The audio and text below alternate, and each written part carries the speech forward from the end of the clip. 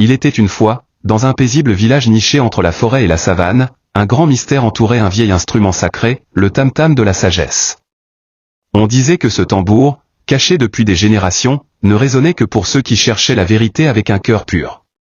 Parmi les jeunes du village, Kofi, un adolescent curieux mais impatient, rêvait de devenir le plus grand des sages. Mais au lieu d'écouter, il voulait tout comprendre tout de suite, sans effort. Un jour, la doyenne du village, Mamaba, fit une annonce.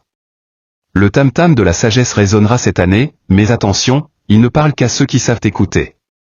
Excité, Kofi partit seul dans la forêt interdite, là où l'on disait que le tam-tam reposait, au pied d'un fromager ancien. Mais arrivé devant le tam-tam, il le frappa avec force, avec fierté, exigeant des réponses. Rien ne se produisit. Pas un son. Déçu, il s'assit et resta silencieux, 1 heure, 2 heures, et soudain, il ferma les yeux. Il pensa à ses parents. Aux anciens. À la nature. Et son cœur s'apaisa. Il tendit la main et frappa doucement, humblement. Le tam-tam résonna. Un son profond et chaud emplit la forêt. Une voix intérieure lui parla, sans mots, sois patient. Écoute. Observe. Et tu comprendras.